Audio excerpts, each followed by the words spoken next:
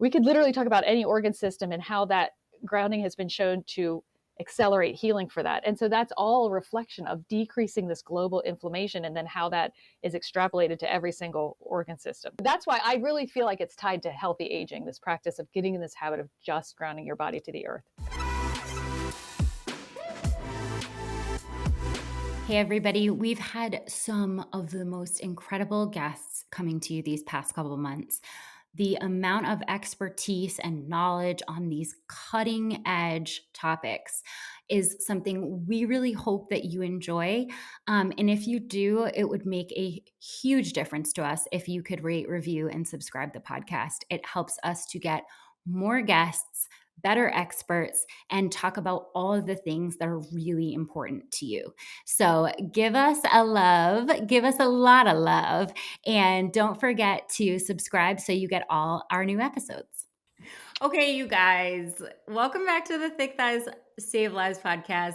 I have my hype squad here with me today who has been hyping up my hair. She's a girl's girl, you know, she's here for it. Laura Koniver is back. Laura, thank you so much for coming back. Yeah, I'm excited to be here. I was a little nervous. We had unexpected snow, and I live down in South Carolina, and they don't even know how to salt the roads here. So I was a little nervous I wouldn't make it. So I'm super thankful to be on with you right now.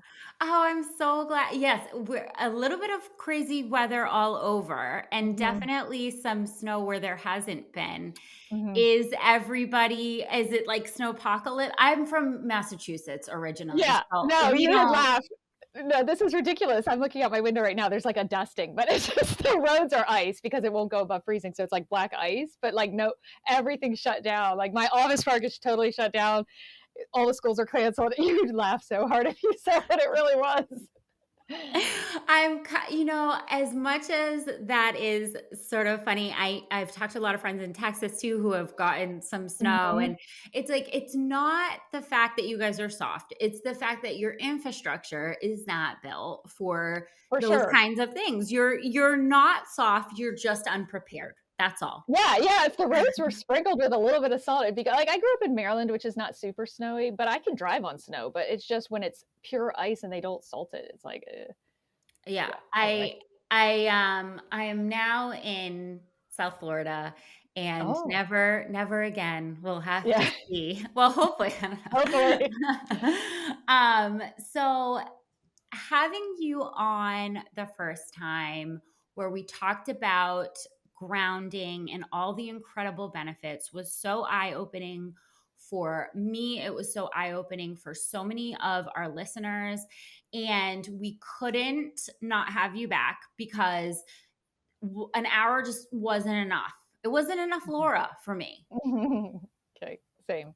So, if you guys haven't listened to part one of Laura's expertise on grounding, you've got to do it. But I just want to reintroduce her. She is a holistic physician. She's a grounding advocate and a speaker and author of the book, The Earth Prescription. She's been featured in tons of media news outlets. She writes a regular column for Organic Lifestyle magazine.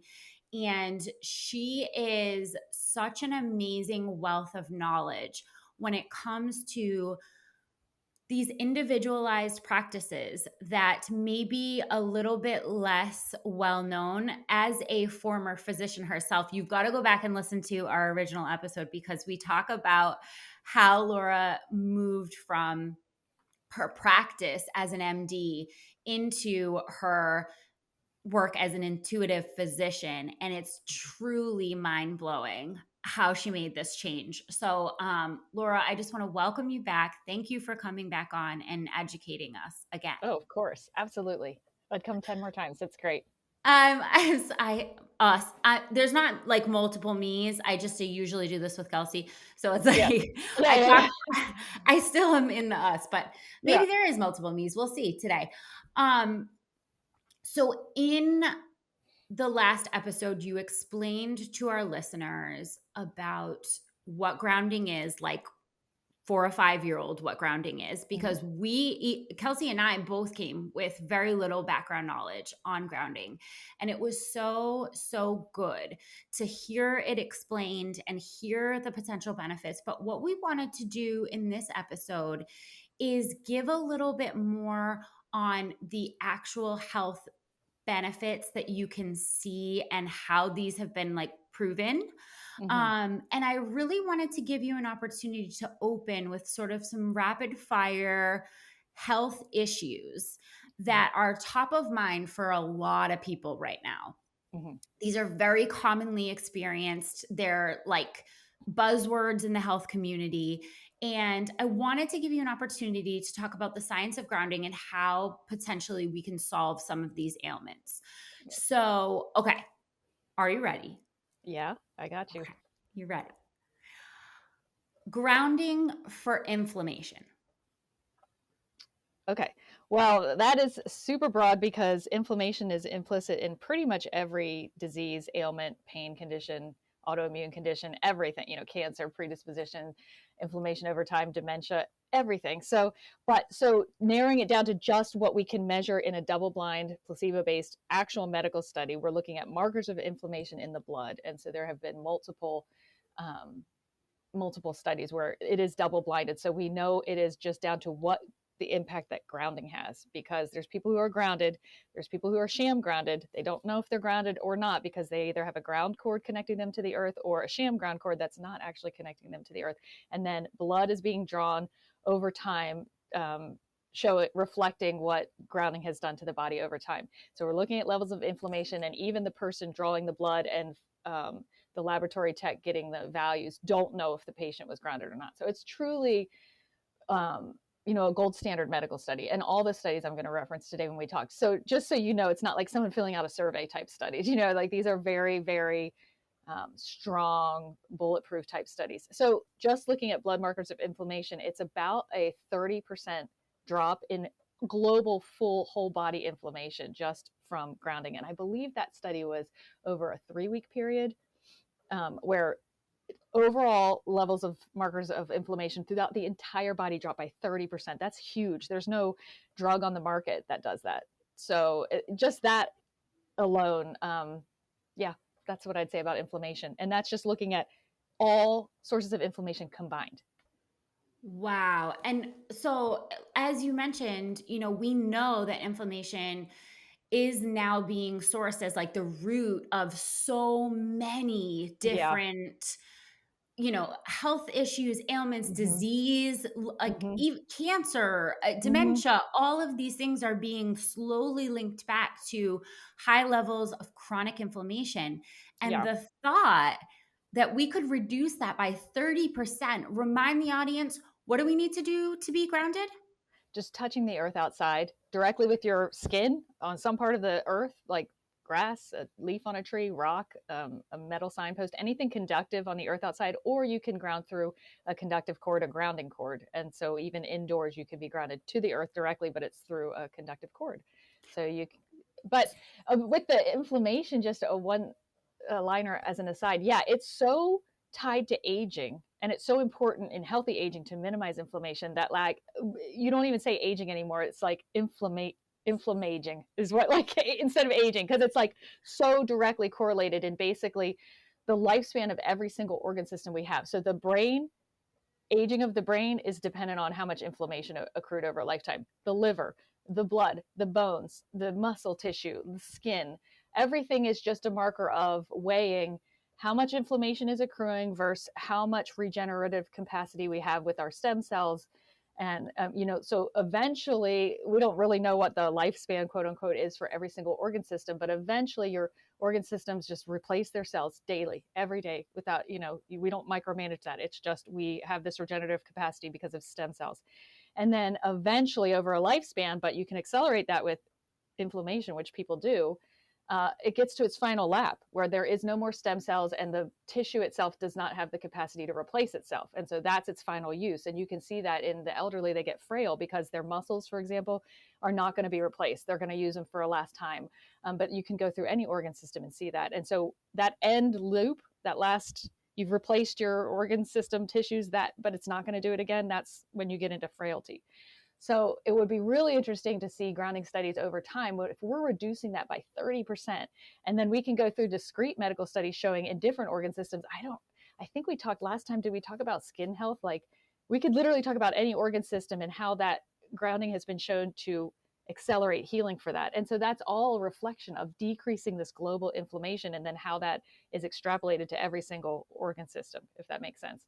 So that's why I really feel like it's tied to healthy aging, this practice of getting in this habit of just grounding your body to the earth.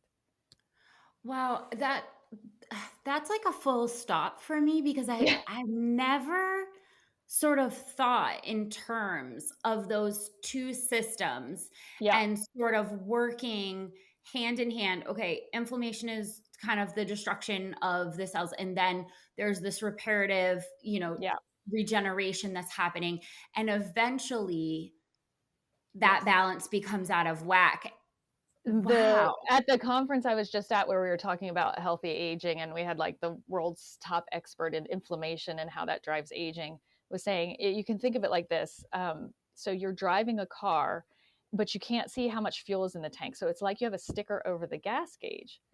That's what it is when we're in a body and we don't, we're relatively healthy and we just don't know how many laps we have left. So you're driving the car, but you can't see, you don't know when it's the last lap for a certain organ system. So like, for example, a 70-year-old could go in for a hip replacement and do great. A 65-year-old could go in for a hip replacement and never walk again. And it's because we didn't know where it was on the gas tank. We don't know how much inflammation they had. So it's anyway, that to me made sense. It's like when you have gas in the car, you can go. It's not like the car starts getting, doesn't go as fast and you have to push harder on the. It's not like that. You have gas in your tank. You can continuously maintain your tissues in optimum health. I mean, you might have issues with it, but overall, you have good health, good health, good health, and you don't see when the gas tank is almost empty. And that's what aging is basically coming down to. And that's why all of a sudden you come down with something big, or you're in frailty and it's your last loop around the track or whatever. So think of your body as this vehicle that has a full tank of gas when you're born with all the stem cells we're ever going to have, but you put a sticker over it and you're not 100% sure how many loops. So then our job becomes making sure that we're doing everything we can possible to like get the mileage out of it. So that's decreasing inflammation, getting good sleep, not filling our body up with a lot of toxins, drinking pure water, breathing great air, having healthy relationships. Like there's so many, mind frame, all that stuff. So there's so many different ways that we can, supplements and nutrition impact our health without knowing what's underneath the sticker on that gas gauge, if that makes sense. I mean, if someone said, right off the jump, with this car, we can make it 30% better. Yeah. Just by grounding, I mean, Mhm. that's so huge. So you talked a little bit about sleep there and its importance in the overall scope of our health. But Yeah. I want to give you an opportunity to talk about some of the benefits that grounding can bring to your sleep, Okay. knowing that it's so important to overall health. Right. Well, the two studies that jump out most, the most important one is they did a study where people were sleeping grounded. So by sleeping grounded, they weren't outside. They were using a sleeping mat that was grounded, and they either had a real ground cord or a sham ground cord. They took serial cortisol levels before the experiment, throughout the experiment, and at the end of the experiment. I, off the top of my head, I think it was 4 weeks, so 1 month of sleeping grounded. By the end of that time, every single person who was truly grounded, and not the people who were sham grounded, everybody who was truly grounded while they slept, every single one of them, their cortisol normalized. So that's why their sleep improved, because all of a sudden they're not trying to sleep with high cortisol in the middle of the night, mind going fight or flight. They were able to have the cortisol fall off naturally at night and then boost in the morning, so they'd wake up with more energy. And so it didn't take very long. Actually, thinking about it, might have been 2 months. So 8 weeks of sleeping grounded went from complete chaos in their hormone system and their fight or flight to complete normalization if they were sleeping grounded. So that's really, really huge, because most people think of sleep as dependent on the sun and melatonin, which it is a dance between the two. So you do want to get sun on your face if you can in the morning, and you do want monitor your melatonin and possibly take melatonin supplements. But if your cortisol is high and you're living frazzled and stressed out, there's no amount of melatonin you can take that's going to compensate for that. So if you're like, gosh, I go outside and I get the fresh air and I get the sunlight and I take melatonin and I have good sleep hygiene and I'm wearing my blue light blocking glasses and all that stuff, but you still can't sleep, it's probably cortisol instead. And so that's where grounding really comes in, because no amount of sun exposure, no amount of melatonin is going to take your cortisol down, but grounding will do that independently.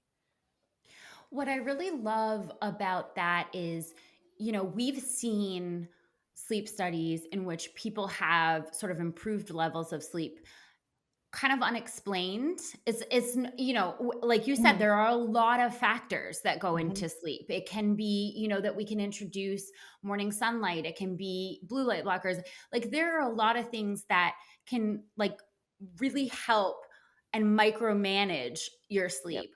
But Mm-hmm. what I really like about that study is that we had a specific cortisol. Right. Cortisol is the cause for the poor sleep, Mm-hmm. and what the grounding mat or the cord was doing was Mm-hmm. actually reducing that cortisol. Right. And then there was a follow up study, which is impressive in a different way. So, this was a study with all Alzheimer's patients.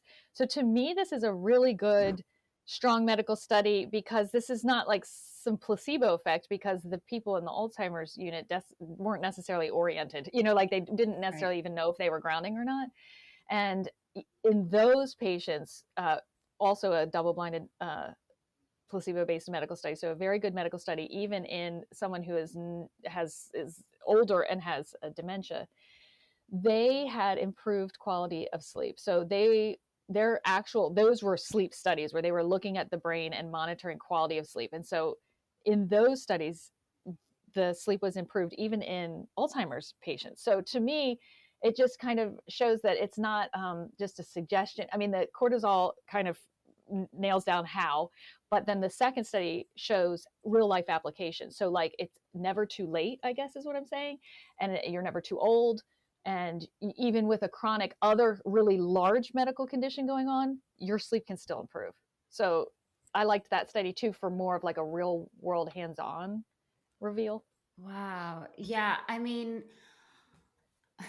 all of these things. I'm just gonna say probably what everybody's thinking. It seems to me that these incredible benefits simply from being connected to the earth it seems wild, the Mhm. lengths that we go the lengths that we go to like to solve these things, to address inflammation, to talk about like the lengths that we're willing to go, and the fact that it's like been right there Yes, is it's so easy. Like I have you seen like on social media those posts where like we're overcomplicating things. We don't have to necessarily buy the $6,000 like oxygen chamber or whatever. You know what I'm saying? Like we could just breathe good air, or the same thing with literally anything on Earth. But yeah, it's just freely available. It's literally outside, and literally you don't even have to be in like an urban or like in a rural setting. Like I don't even have a backyard, so I ground a lot through sidewalk, cement, my garage, which is a cement slab, metal signpost when I'm standing there waiting to cross the street. So like in any setting, you can get grounded, and also even indoors, you can get grounded just by washing your hands. I think we might have talked about this on the first podcast, but doing the dishes, because your water supply is always grounded. That's just by law in our country. So any water supply or anything with a water filtration unit, so any indoor swimming pool, hot tub you have, anything like that. If you're at a hotel, the water and the swimming pool there's all grounded. So even when you travel, there's simple ways that are 100% free that you can get grounded. Like even, but it just takes intention and what you're doing by providing awareness to people to actually do it. Because say you're a kid, you're playing sports or you're on a playground and it's cement. If you got your shoes on, you could go outside for a recess for a half hour and not ground. But if you just took your fingertip and touched the little playground area, the little cement area that you were playing on, you would be grounded instantly. So, and it takes intention, because of the fact that we've gotten so far away from it, and that it's so obvious. It's like right in front of our face, and that kind of makes it difficult. It obscures things for people because people think it have to be really, really complicated. it's hard not to make it complicated because the the ailments seem so complicated, Right. right? When we Right. think about like inflammation, like Right. it's like, oh my God, I don't know what that really Yeah. means. Mhm, and I you just feel know like it's you a have to be perfect because like you said, like, "Oh, my sleep and oh my god, everything I drink and eat and oh, I just drank from this bottle of water, which is that better than the tap or it's plastic bottle, so I don't know if it's better." And yeah, it's just it becomes so freaking overwhelming because you feel like every angle of your life almost has to become purified so that you can like your body can be optimum. And if we can just take a deep breath and step back from that, the reality is anything is better than nothing.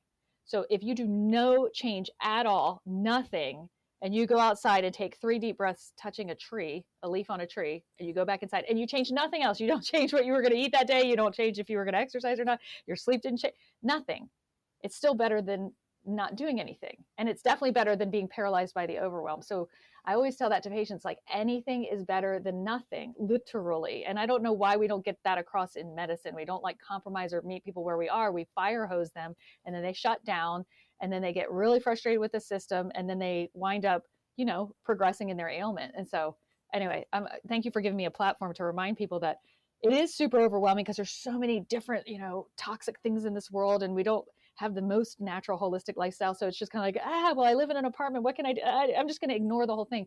But actually, no, don't ignore it. Like literally just go wash your hands. You were grounded for 3 minutes while you wash your hands. Good. That's in those 3 minutes, your muscle tension decreased, your brain waves got a 3 minute break from the stress and chatter.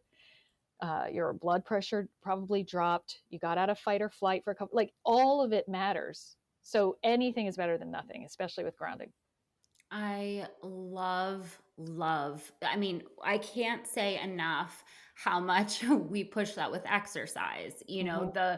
because the perfectionism has really and in the health and fitness space, it runs absolutely rampant.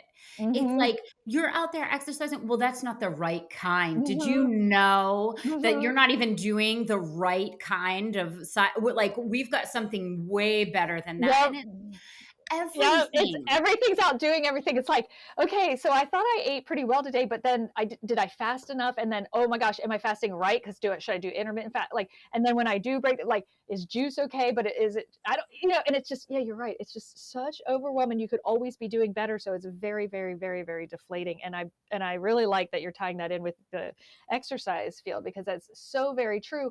And yet, paring it down to simplicity, the medical studies show that just standing up makes a difference in your lifespan. So just not sitting there for 6 hours straight, just standing up during a commercial break and sitting your ass right back down and watching the same TV show is better than just sitting there and not standing up that one time. So anything is better than nothing. And I love your message of that and that you encourage that. That's I awesome. just applying that everywhere, Mm-hmm. and like as you said, with the intention, and it doesn't take much, but Mm-hmm. just that intention being there of like 1%, 1%, 1%, Mm-hmm. that Mm-hmm. all is getting me ultimately to where I want to go. It's amazing. Hey, you guys, spring has sprung. And you know how I know? Because on Friday, the Limitless are released. These are the cutest spring dresses. It's my favorite dress style. It's got the built in bra, it's got easy access for the bathroom, and it's just a full ass look. You are put together, you are cute, you are comfy, and we've got new patterns this year. So, Friday, get to constantlyvariedgear.com and get your cutest spring wear in the Limitless dress release. All right, so I wanted to hit on, we talked about inflammation, we talked about sleep, we talked about cortisol and how these things can be improved. I want to talk for a second about amount of time because we did just say, listen, everything counts, Yes. everything works, it's Mm-hmm. all good. Mm-hmm. You said on our last episode that no amount of time grounded is too short or too long. It's not Right. possible. Yep. However, if we wanted to see, for example, the 30% reduction in Mm-hmm. inflammation, Mm-hmm. how long are we talking? So we don't have enough volume of medical studies to pare down the timing. So we did that study, but we don't know, like, and say in that study they were grounded for an hour once a day for a couple of weeks. But we don't have a similar study saying, well, what if they only grounded for 10 minutes and versus what if they, so we don't have I can't give you that. What I can tell you as a rough guide is if you're touching the earth, I'd say for 15 minutes or less. So even 30 seconds is enough to make instant health benefits, instant change to your current body the way it is. So if I took your blood pressure and your heart rate and looked at your brainwave patterns and your stress levels and your muscle check, your instant earth suit that you're wearing, the electrical capacity and how it's functioning will immediately shift. Okay. But then what I think you're asking, which is a great question, is if I want to see accrued benefit, how long do I have to do that every day for it not to just instantly take away my tension headache or make me feel less heartburn, but the minute I get off the earth, I'm now ungrounded. And so all that kind of returns. And that's super true.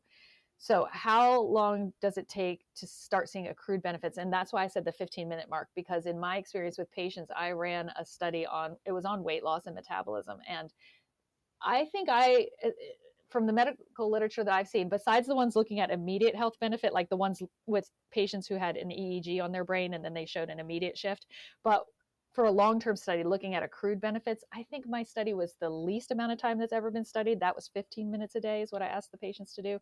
And that showed accrued benefits. So people were losing about a pound a week just grounding to the earth 15 minutes a day outside. And that's the only change they were to make. They were not to make a change. Nothing else. No change to their diet. No change to their exercise. Literally 15 minutes a day outside. That's it. That's the requirement to be in this study. And we followed them, and the average weight loss was about a pound a week, and we did it for 10 weeks. So the average weight loss was 10 pounds. So I don't think there's any long-term studies that go any shorter than that. So that's why I default by telling people 15 minutes a day if you want long-term benefits, one breath outside if you want immediate benefit. It's all good. It's man, as exciting as this is, it almost makes you feel a little bit like, what have I been doing?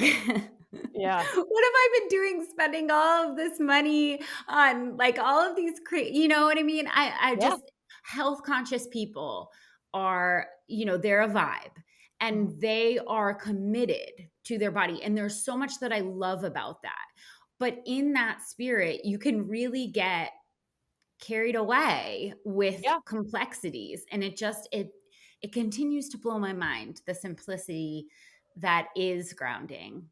Yeah. And in your area of expertise, like with the exercise, it's the same thing. If you're sitting down, say you're doing a consultation and someone's saying, I mean, I just want that Peloton that's like however many that, same. Or I saw this thing and it's like couple $1,000. And I just know if I had that, I'd do it and I'd feel so much better. And actually, you're probably saying, if you just go out and walk for 5 minutes after you eat dinner, just go walk. Just go walk outside your door, take a loop and come back. And that's basically what I'm saying with grounding as well. So I think we have a similar approach. Yeah. I like your approach. I don't know. I think it's great news, but I think it's also like news that you're just like, God, what? Yeah. Yeah. Okay. So I want to talk for a second about, we have all this, these studies and some really solid double blind, these are, as you said, the gold standard. But grounding has only been studied for like 25 years. And in the big scheme of things, that's really, really short amount of time. And I want to know from you what study you're sort of the most excited about. Because this is all still in its infancy, but what study is the one that has you like, oh my God, this is the one that I think will break through to people? So I just want to say one caveat and then go into that. That's a fabulous question. So the one caveat is people do say like it's only been studied for 20, 25, 30 years now. And I kind of get what they're saying because they're saying in like these controlled inpatient double-blinded studies. So that is true. But we have been aware of the health benefits of the Earth's magnetic field and doing studies. Now they weren't in a hospital, but they were measuring the Earth's frequencies, seeing how it affects sleep. Those studies were back in the 1970s, before I was even born, actually. And there's studies even back in the 1920s looking at the resonance of the Earth's electromagnetic field and how that interplays with human health. So really, it's been over 100 years. But then someone came along and coined the term grounding. So if you look up grounding in the medical literature, maybe you're only going to look back about 20 years. But if you look at the Earth's electromagnetic field in human health, you can find studies that are 100 years old. So yeah, so just to put that out there so people don't think it's just because of the way it's been coined that it seems super recent. Okay, but that said, yes, so from the most recent medical literature, now that we do understand, oh, we can connect to the earth, we can do double-blinded studies. So there's so many studies that are so great. I like the ones that show an instant shift, like we were talking about with the EEG, like literally in milliseconds, my entire brain activity changes and gets out of stress and fight and flight mode. And then there's follow-up studies showing that if you do that I think that study was 40 minutes a day for a month, the entire brain becomes works better, memory is better, concentration is better, working memory is better, and global markers of brain stress are decreased. So that one probably impressed me the most. But the one that I constantly go back to is because it's the biggest relief, was a study on infants in the NICU. So these are babies in incubators that were born prematurely who need support to survive. They can't just go home. They have to stay in the NICU so that they have nutrition, so that their body temperature is regulated, so we can check their liver, make sure they're breathing well, their oxygenation. So they're really high care in the NICU. And so why this is a relief is obviously with that kind of intense medical intervention, there's a lot of EMF fields, like artificial man-made ones, right? Because they have the EEG leads on their heart, they have the warming blanket, they literally have like a power strip right next to each incubator, because that's how many things are being used with artificial, man-made electricity that like powers a light bulb, for example. So they're dependent on that, and ultimately in their highest good, that's for their survival. If you just stuck them in the woods, like they're not going to survive, like they need that intervention. So ultimately, even though we know it's not super great to be in a man-made electrical field for long periods of time, ultimately the pros outweigh the cons. They took that environment and grounded those infants, and their markers of survival, their heart rate variability, and their vagal tone actually boosted. So even a very vulnerable human being, so whether it's an infant or someone going through a serious health crisis, and even someone in the most urban setting, because you can't get much more man-made than being in a neonatal intensive care unit, right? Because you're like packed in, and it's just the strongest electric field you can imagine. Inserting a grounding pad into that still improved their markers of health. So that is the study I always go back to, because it is very easy, because I do also know that man-made electrical fields impact our body, since that's how conductive we are, and we are so electrical, and there are negative health effects from that. And it's really easy to be like, okay, then I'm not going to get grounded then, because I don't want to overlap the two. But that study I always go back to show no overlapping the two, because you're going to have the stressful effects of the toxic artificial EMFs that you're in, regardless if you're grounded or not. And adding grounding was actually a benefit even to a very prematurely born human being. So it's just the most reassuring study. So it's probably the study I go back to discussing the most when I get an opportunity like this. Yeah. I mean, like I said, full stop on something like that. I did want to ask you about, we're going to talk about EMF, and I want to give you an opportunity to sound off about all things EMF, but I wanted to ask you about sort of like, can you ground while you're like on your cell phone? Like Mm-hmm. if Mm-hmm. like all of these things are happening Mm-hmm. simultaneously, and it seems like, am I canceling it out? But Right. I think that study that you just brought up, Mm-hmm. it's that same thing. It's that 1%. You're not necessarily canceling anything out. A Right. good health benefit is a good health benefit, and you Right. live in the world you live in, and Mm-hmm. sometimes the pros outweigh the cons as far Yep. as being surrounded in these EMF situations. Yep. But that doesn't mean you can't also ground and feel those Right. same benefits. Yeah, like all of us have a dial tone that we're living in, whether we're grounded or not. So benefits outweighing, the negatives. For me, for example, if I want to sleep, and I know I normally put my phone on airplane mode, but my daughter's traveling, so I'm going to leave it on. And do I think that's the best thing for me? No, long term. But for me, in the right then, so that I know my daughter gets somewhere safe, hell yeah, I'm leaving my phone on.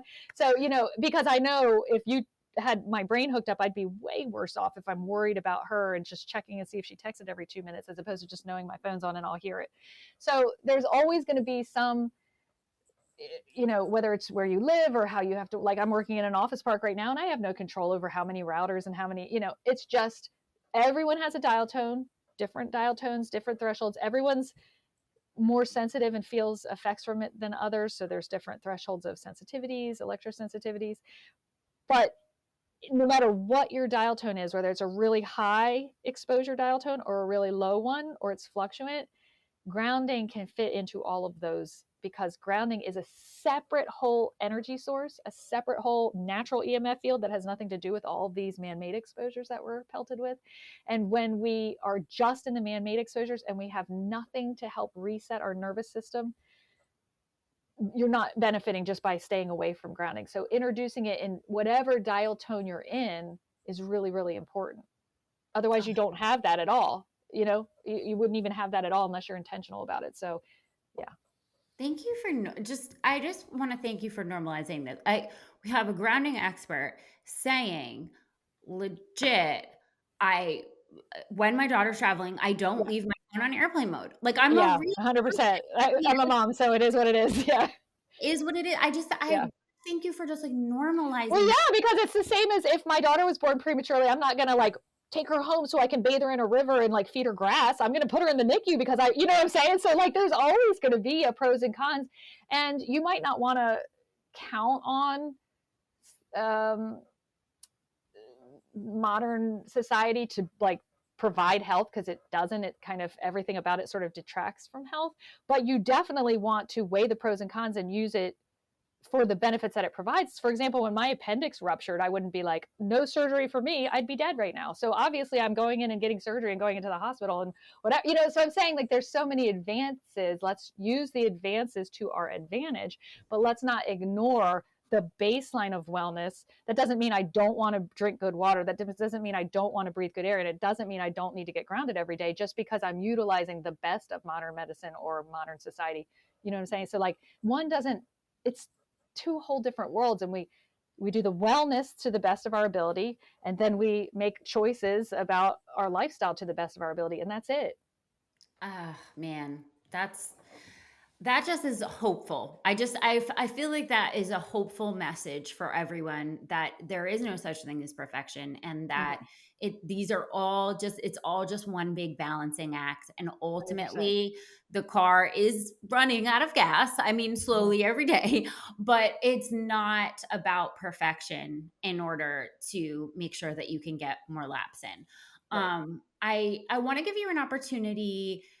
You said that being grounded doesn't necessarily protect you from Yeah, it EMF. does not. That's correct. Um, I want to just like a basic, just the same you did with grounding. Can you explain what EMFs are for like a person who has never heard of this, Yes. and kind of why it is so that grounding isn't protecting you Yeah. from Okay. EMFs? Yeah. Well, EMS is like a catch-all phrase, and what took me a little while to get educated and to catch on to is there's different types and they affect the body differently. So basically, I'd like to simplify and break it up into two types. One is man-made electrical fields. That's what's coming out of your appliances. That's what, when you have to plug something in to charge it or to get power, that's electricity, man-made electricity. And those are electrical fields. Those are the ones that toy with grounding a little bit, and we can go into that. Those are the ones where they don't negate each other. Um, but if you're electrosensitive and you're grounding in an electrical field, because it's a man-made electrical field around your body, and then you're grounding, now you're going to feel that running through you as a current. So some people do get, like, they call it a grounding detox. It's not really a grounding detox. It's just making you aware that you're in a man-made electrical field that's kind of strong. Step back or find a new location, or just go outside and don't use that grounding tool. Get into an area where you don't have those symptoms, and then you're just grounding to the natural DC energy field, the natural electrical field of the earth. The earth has its own natural electrical field. It's a DC energy current. It's the Schumann resonance, the Carnegie curve. There's lots of names for it. But that is a very natural, gentle reset for our body. And when you're in the man-made electrical fields, they are thousands, tens of thousands, and hundreds of thousands of times stronger in order to power a light bulb or keep your fridge running. So when you're grounding, trying to reach that gentle earth energy indoors or outside in an electrical field that's man-made, you're going to probably feel the electrical field you're in because it's so much stronger. It is not taking away the health benefits of that natural earth energy, because if you stop grounding, you won't get that in your life. And that's as essential to me as breathing or drinking water. So you don't want to X that out, but you might want to be aware of trying to be a little bit more away from appliances, not having a cord right next to you. The good thing about man-made electrical fields is they die out with distance. So you really only have to be like 3 feet away from a source of an electrical field or an appliance. Even an appliance that's turned off is putting out an electrical field. So the whole lamp is at the ready for me to flip that switch. So when the switch is off and it's not light, it still has the electrical field. So if I can be aware of about a 3-foot buffer that I don't want to be around anything like that, or if I just go outside, then then it drops it down to just the natural Earth's electrical field. But even again, like those babies in the NICU, if I have to do it indoors, I would rather do that than not get that Earth energy at all. So that's the electrical fields part of EMFs. Totally separate and doesn't impact with grounding at all is the high frequency. So now we're talking about cell phones, cell towers, boosters, routers, that kind of thing. And those are a ubiquitous exposure. It's hard to get rid of, but the good thing about those is it's easy to shield from. So that's why there's so many boosters. It just doesn't travel very far. Like it has problems even just going through a cement wall. Like they're weak compared to the electrical fields. Like I was saying, the electrical fields are like hundreds of thousands of times stronger, and the higher frequency radiation exposures, think of them as like they pelt your skin, but they're very easy to shield from. So if you're super electrosensitive and you're working with me on your electrosensitivity, we might bring into effect shielding and that kind of thing. If you don't notice those effects and you don't care about those, and you're just concerned about grounding in electrical fields or grounding in EMFs, then you want to just be aware of the electrical fields. And then the last part, sorry, I'm rambling, but just to get the whole question, the last part is why grounding doesn't take them away. Whether you're grounded or not, you could have a tri-field meter and test all three: magnetic, electrical fields, and high frequency radiation, and they do not change. Those fields do not change whether I'm grounded or not. Okay, so it's not protective. It doesn't, some people who are advocates about grounding and they don't understand how grounding works, they pretend it puts this magic bubble around you, this magic Faraday cage around you.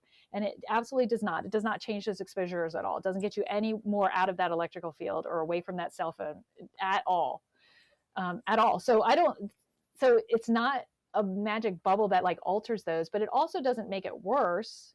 It's just there's an interaction because it's all conductivity, and your body is a vulnerable, totally conductive thing. Every cell in your body can get grounded. Every cell in your body functions off of an electrical current. Every nerve, every muscle cell, all the fluids in your body, your cerebrospinal fluid, your blood plasma, everything is electrical and an electrolytic solution, basically. So everything is impacted by it. So to say, well, when I touch the earth, only the earth's affecting me, that's stupid. Like, no, it's not stupid. I don't want to call people stupid, but no, it doesn't protect you from EMFs at all. But likewise, saying, okay, I'm not going to touch the earth. Well, now I never get the natural EMFs, and I'm only in the toxic human, artificial, man-made electrical field. So that is not a solution. So let's not pretend it fixes it, but let's also not pretend that we don't need grounding. So that's why it's sort of apples and oranges, and hopefully that was kind of a good overview of, if you don't feel great while you're grounding, just look around and see what you can get a little bit further away from that's electrical around you, or cords or extension cords, or look above if there's a fan or a lamp, look below, that kind of thing. That's really all you have to worry about, because otherwise your dial tone exposures are your dial tone exposures whether you're grounded or not. So it's like what we've talked about this whole interview. It's not about getting so anal and upset about it and feeling like you just have to go off grid. I mean, that would be great. Like your body would love it. That's natural, but that's not the point. The point is to just relax, whether you ground or not. Maybe try and decrease some of your toxic exposures, EMFs plus, anything, all the artificial dyes we eat, the plastics we consume, it's just, that's all of life. It's about just decreasing the toxicity and then reaching for natural things to boost wellness. So no matter what my dial tone that I've set up my lifestyle to be, I'm still going to get grounded, but I am going to be in the middle of the room. So I'm not next to these 3 outlets that are on this side of the wall. I'm just going to mix it up like that. I'm going to make simple changes so that it's all accessible to me. That's really interesting that you sort of categorize. I guess I was putting them together into one. Yeah, same. When I first, because I went through medical school and I got no training or we didn't hear about grounding. And there was, like I just talked about, studies already at that point, and didn't hear anything about electrosensitivity. So same, like here I literally have training in how conductive the human body is. And I've been looking at EKGs to monitor heart health and looking at EEGs to monitor brain function.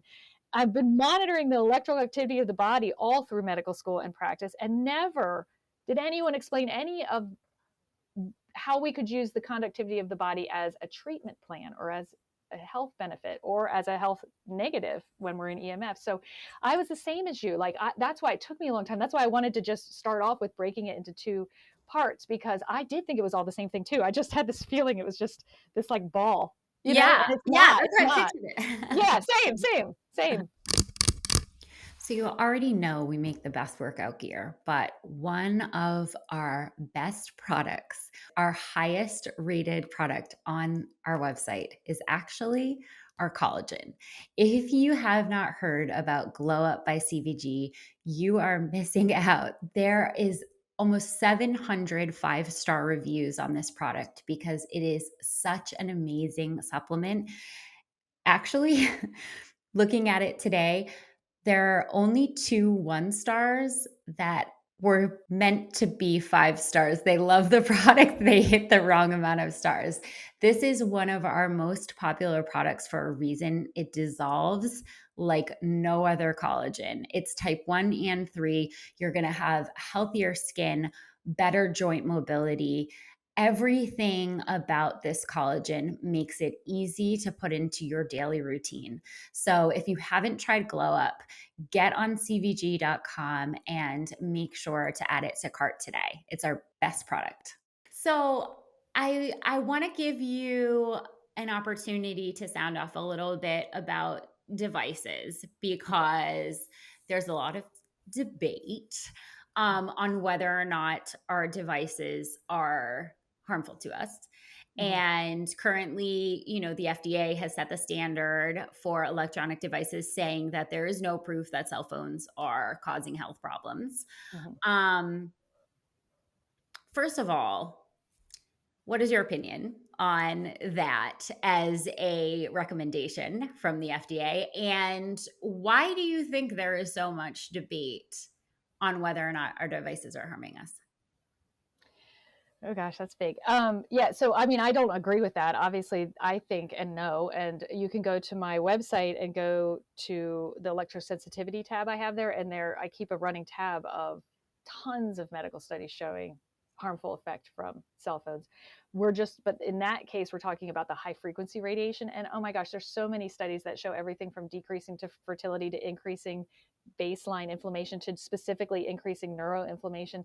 It's not good for our body. And I don't think you can have a blanket statement that makes intuitive sense where you're saying my entire body is conductive and functions off the basis of electricity, like even just my heartbeat or taking a breath is electrical, right? It's that my diaphragm pulling air into my body. So there's no world where you can tell me that an electrical field or a high frequency man-made electrical exposure doesn't impact that. So I disagree with it. However, the one avenue I could maybe put people's mind at ease and agree slightly is that I do agree that the cells, the cell phones, tablets, devices, computers are less harmful than electrical fields.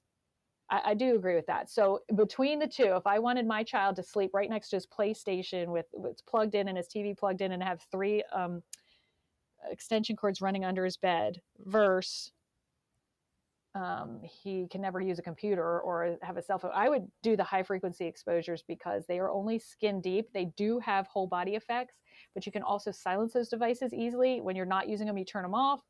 You can turn off your router before you go to bed at night. And they're very easy to shield from. And then even if you're just completely exposed to it, it still has less deleterious health effects than the electrical fields. Those things are strong, and those things are, I believe, over a lifespan more inflammatory.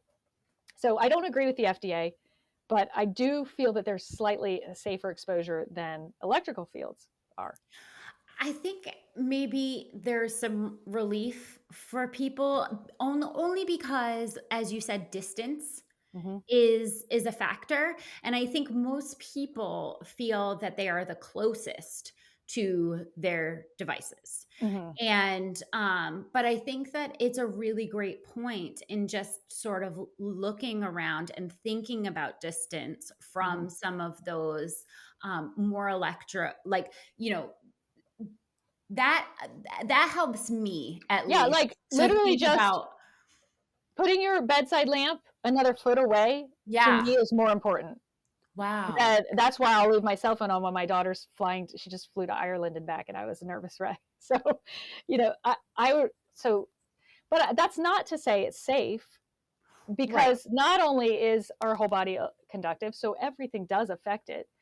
Um, but with technology, there's a lot of, well, the benefits do outweigh the risks for me, at least, and that's where it comes in, is psychologically. So for me to be able to know that my kids can call 911, as opposed to when I was learning to drive on a stick shift and there was no such thing as a cell phone, and I don't know how my parents let me go out driving in the snow. Like, what? How did they know I was Same. going to show up the next day? Like, what?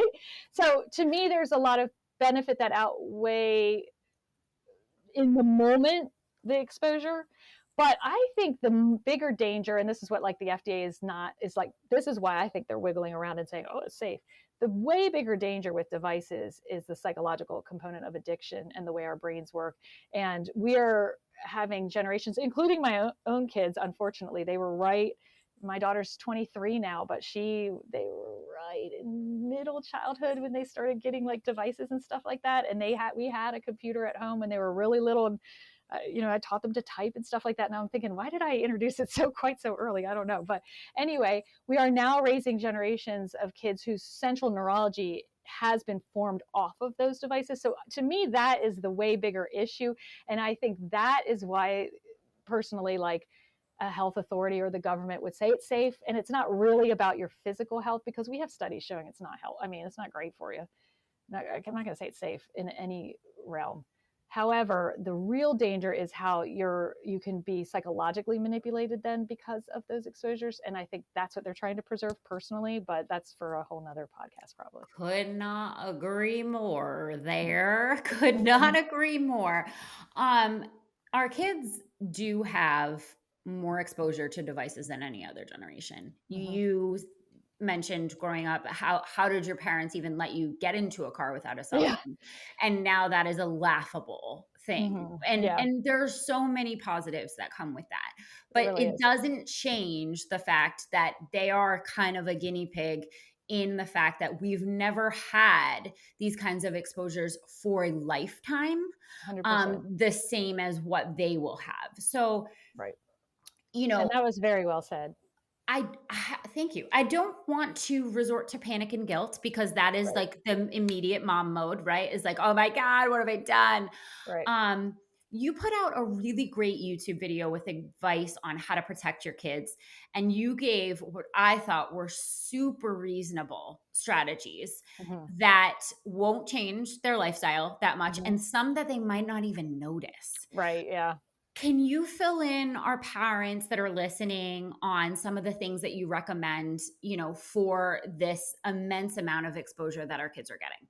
Well, yeah. I wish I had watched that video, because I made that like 10 years ago when they were like I'm young sorry, preteens. I loved it. I loved it so No, much. I don't really remember what I said in it, but I can recall things that I did. So I insisted they have a cell phone if they're going to leave the house. I want to know in an emergency situation, and I do think there's benefit. Just if you think about, like, I don't know, just exposure to music. When I was growing up, it's whatever's the top 40 on the radio station, if you can even get the radio station to like sound clear. And I don't want to sound like a dinosaur, but like now you can listen to music from every generation. You can pick and choose what you want. You can find what vibes for you. Music is so powerful that it has the ability in dementia to restore memory and make people cognizant. Like, music is powerful. So for my son, who's very musically talented, to have the ability to flip through and listen to D'Angelo and then listen to how that impacted Prince and then listen to the et cetera, et cetera, et cetera, and then also other cultures and that community, to have, and also instant access to community. And no, it doesn't change the need for in-person,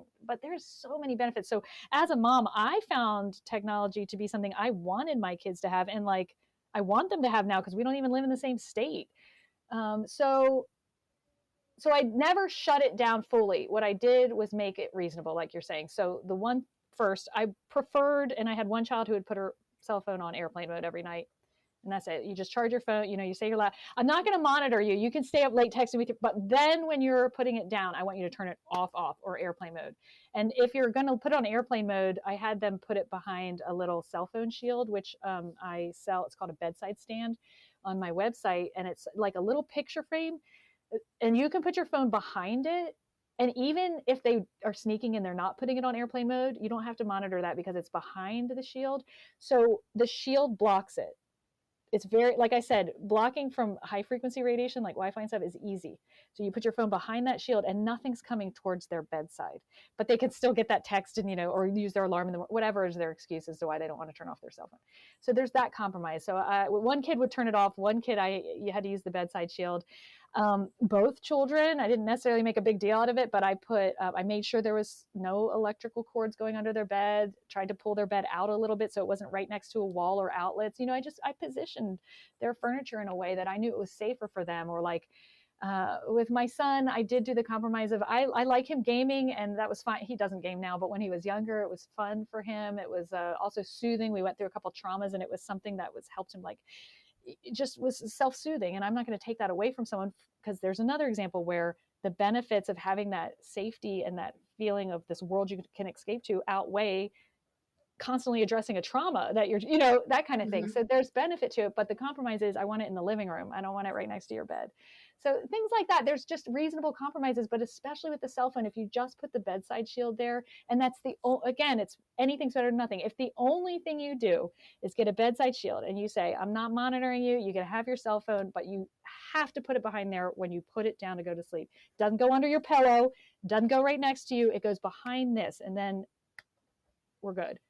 Oh my God, that just decreased their exposures like 99% for hopefully 7 to 8 hours. Huge. That's huge. Right. So there's little things you can do like that. I don't know if there's other things I mentioned in that video, because like I said, it's been a while since I had a little preteen or a teenager living at home. But yeah, those are off the top of my head. I would put the shielding, I would position their bed, I would remove the electronics. I had the gaming system, because that's like a router. It's like its own, you wouldn't really necessarily want to put the router for your home. Like, I want them to be on the computers to do their schoolwork, but I wouldn't put the router in their bedroom. Right. So the same thing. So I don't want the gaming system or the router. That's in a shoe closet. Next to the front door is my router, and the gaming system is in my living room, which luckily, and you can play with it, but I put my kid's bedroom on the opposite side over there, and the gaming system is over here, and I'm actually on top of that. But then I turn the gaming system off at night, so it's not impacting me, back when we all lived in the same house. So being strategic and intentional. And then I put the shielding, which, I did the sheets, so I didn't ask them about it. And then lastly, having the compromise of, okay, how are we going to get your brain a break for a couple hours every night while you're sleeping from your cell phone, and coming up with that, maybe being the one like verbal compromise. And then I did other things too, like, but this is when they were younger. I don't think I could do this now, but when we got into the car, I wanted everyone to put their cell phones on airplane mode, because it's a steel cage you're in. And so all the cell phones being active inside, again, I drive with it on all the time, because if the benefits of me knowing where I'm going on GPS and getting me there safe outweigh, then great. But if I also have a playlist downloaded and I know where I'm going, I can put my phone on airplane mode and just listen to that music. A lot of times we'd listen to radio stations, or we'd do stupid little games when they were little, I Spy and that kind of thing. To me, that's just a way of me saying, well, first of all, it increases quality time, but second of all, it does decrease our exposures, and they're going to be less cranky while we're driving, because we aren't having all 3 hotspots in the car going at the same time. So I just think as a parent, you can subtly modify it without making it this big battleground, because I'll tell you, if you make it this big battleground, it's the same thing as saying to your daughter, you cannot date him. She's for sure going to date him. So do not make it a battleground, make it a compromise.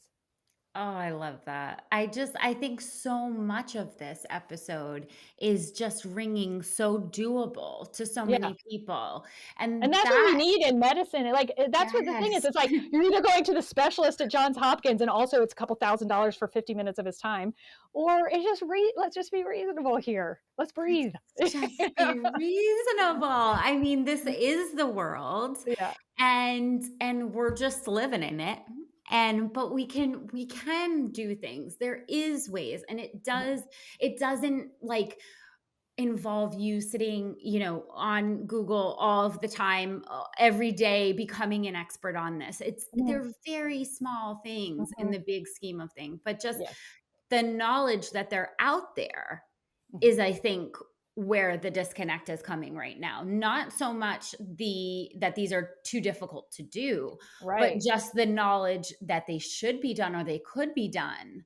Which is where you come in, which is why it's so fabulous for you to invite, and bring this topic to your listeners and spread awareness, because that's literally all we need. That's literally it. So you're doing the grunt work of that, and that's really, really, really great. That's why it's fabulous to be invited for interviews, because otherwise, I mean, I could write a million articles on my website and publish a bunch of papers in the Right. medical literature, and without you, it doesn't get out there and it doesn't get implemented. So it's really actually like amazing that you are running this service more so than the people testing it and building knowledge on the other end. You know what I mean? We need the person who's disseminating it, and so that's you. So that's awesome. I mean, it's kind of a selfish thing. I'm here for the knowledge because I want to maximize. And I really, really think that so many people want to do whatever they can. The information is just not readily available. And like, that's where you come in. So, in your opinion, this is my last question. In your opinion, would you rather have us remove, reduce, or shield when it comes to some of the more negative fields that we could be taking in? Oh, 100%. Yes, yes, and yes, in the order you said. So if I had to pick, removing is the number one, because that's a whole less exposure. Just Okay. took it right out of your dial tone. So anything you can remove. If you have an old baby monitor that you're not using, or you could put behind a bedside shield, or you could, if you have, like, for example, one thing I did in my home when I started being more aware of EMFs is I could remove my indoor monitoring, and I just have external, like, ADT, on the outside of my house. But I didn't necessarily need to know if the cat jumped in the, you know what I'm saying? So, like, I can remove those sources. I can remove my router from being part of the equation, and because I can unplug it. So removing 100% is foolproof in reducing your overall toxic burden for sure. And then you go in the order you just said. Reducing is the next thing. So a couple feet away from that electrical outlet, or a couple feet, couple feet away, like making distance, moving that PlayStation to the living room instead of the bedroom. That's the reducing part. And then shielding is the final compromise, or the final, I can't, I work, I got this router on, I'm right now doing this interview with you. I got a lamp here, I got, office spaces all around. I'm traveling, I'm in a hotel. So I cannot remove, I cannot even reduce. Lastly, I will then consider shielding, depending on what, my goals are. I might want to sleep with a shielding sleeping bag. I might want to just bring a little bedside stand next to me, because the only thing I can monitor is my own cell phone in this situation. So that's what I'll do. So it's in the order that you just said. It was perfect. Before we go, I don't want to leave people with that and without the caveat that there's a lot of people, there are a lot of products right now Mhm. claiming to shield. Mhm. And I want our listeners, I don't want to sort of introduce that concept without the caveat of being really mindful and careful Yes. about the products that you are trusting to Mhm. do some of these things, because Laura has a ton of expertise in this area, and she is a wealth of knowledge when it comes to these products, but Yeah. not everything out there is doing what it Yeah, does. 100%. And think of it this way, like, shielding requires a physical barrier. So if someone's trying to sell you a sticker or a jewelry or a pendant, they might be able to get away with it because the actual crystal that's in it, or the metal that's used, or in the sticker, technically that little, if it's the size of a quarter, that is shielding, if it was tested, so they can get away with saying it. But it's not removing this whole, field that it's creating around. So Right. beware of scams. If it's shielding, it's a physical thing completely blocking it. So it's a big item, or an entire, bag you're putting your phone into, or a sheet that you're sleeping on. It's a physically blocking item. Do not be fooled by, smaller things, or like little things you can plug into your outlet, and they say, oh, it removed all the dirty electricity from. No, it didn't. It might have modulated the frequency slightly so that when you test it, it looks different, but it did absolutely nothing. Otherwise, your electricity wouldn't be working. So no, it didn't. And so providing false confidence is worse it's absolutely worse than doing nothing. So if you're not 100% confident, do nothing, because if I'm falsely confident and now I'm sleeping with my cell phone under my pillow, that is way worse than if I was like, yeah, I know it's kind of bad, I don't have anything for it, so I'm just going to put it at the foot of my bed or put it on air. So false confidence is the worst. That's why, like, okay, so a long time ago, when they were starting to sell sunglasses, it wasn't mandatory that they were UV blocking, and it was worse to wear sunglasses that didn't block the UV from your cornea, because that's what gives you cataracts over time, because it was dilating your eyes, making your eyes think it was darker, so it was opening up your pupils more, so you were actually getting more UV rays into your cataract and getting cataracts faster. So that's why. So the false confidence of I'm wearing sunglasses, so I must be blocking, shielding my eyes, but it's not true, makes it worse. So it's the same thing with shielding things. And honestly, grounding is the same thing. So there's toxic grounding tools made out of plastic, leatherette is just vinyl. It's all going to a landfill. And honestly, it's not great for us to sleep on, because, not to like go into a fear spiral, but like, we don't want to be encased in sleeping hot on plastic, because microplastics actually can go through our skin just as well as we can eat them or drink them. So there are toxic grounding tools as well. So not that my website is the only place, but it's the place that I feel best about, which is why I started having grounding tools handmade by a seamstress right here next to me, so that I can test them, so that I know I'm using organic hemp instead of vinyl or polyester, so that I have some resource to say, this one's actually healthy. And this shielding bedside shield actually will shield your cell phone. It's not a sticker I'm telling you is magic. And this grounding tool isn't this like magic thing that I'm just trying to make money off of. They're actually helpful. So I do appreciate you letting me just say a blurb about that, because there's so many on Amazon. You $20 of plastic little grounding mat, which is going to degrade because it was so crappily made. It's not very conductive, and after 2 months you're going to chuck that in the trash, and then it's going to go in a landfill. And what am I doing? Because I'm telling myself that the earth is providing healing to me, and then I'm trashing it. Like, what am I like, how does that make sense? What world does that make sense in? So let's use eco-ethically friendly things that are healthy for the earth and for me, instead of just bulk as cheaply as possible getting crap out there. Yeah, enough said. Sorry, I went off on a tangent, but it's just, no, I get so many emails like, oh, I bought this off Amazon, or I got this from this other website and it's too hot, I can't sleep on it. And it's just like, oh, now what do I tell them? Because I mean, yeah, it's going to eventually just go in a landfill anyway, but should they buy another product? Should they I don't know. It's just, try to avoid just toxic crap in the first place if you can. I mean, it's why we have committed to bringing our listeners only the best and the most poignant experts in all of the fields that we talk to, because it really matters. It really matters, the information that is coming in, for exactly the reason that you said about how harmful it can be to be under false pretenses that you're protected. And further, nobody wants to waste time, nobody wants to waste money, and no one wants to waste resources by throwing things into landfills. So like, it's just, that's so important. And it's such an important part of when anybody kind of enters into this world and they start thinking about these things, that has to be in the background. But ultimately, as we've talked about, grounding is totally free. It's readily available, and you don't need a single thing to do it. So just like, if you're not sure, don't do anything. So like with the shielding, with the sticker, don't do it. It's better to do nothing, and that's a relief almost. Same with grounding. You don't have to buy a single thing. If you're not sure and you don't know about this company or this product and what you're doing, and if you're in an electrical field and how to set up don't do it. Go outside, touch a leaf, and just take 3 deep breaths. That's it.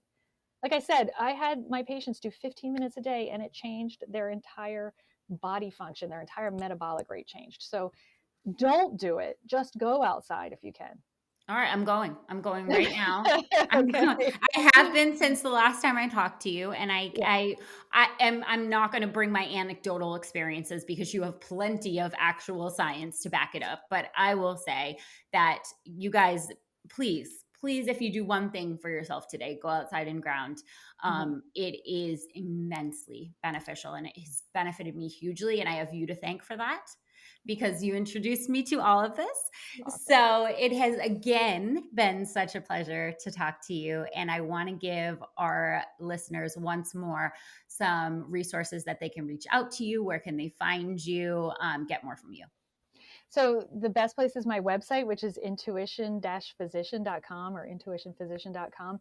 And there's lots of free resources on electrosensitivity there, on grounding, on all the medical studies. I keep a running list. But I also do a monthly Q&A. If your listeners have more questions, we can do a Zoom together. You can just sign up for a monthly Zoom link. And then also even more exciting, I do retreats. And this year I have 4 retreats scheduled, one in each season: spring, summer, fall, and winter. And oh my gosh, I would love to invite your listeners to be, if they want to meet me and spend some time and actually have me walk them through grounding practices and do it for a few days so they leave feeling the immediate benefits, that would be amazing. So I'd love your listeners to check out my retreats. So great. So many resources, and just the wellness that's waiting is it's exciting. It really is. So thank you, Laura, for being You're with us welcome. again. Thank you for having me again. I'd come back again. So just think of another topic. Or if they have more questions, I'll come back. Appreciate you.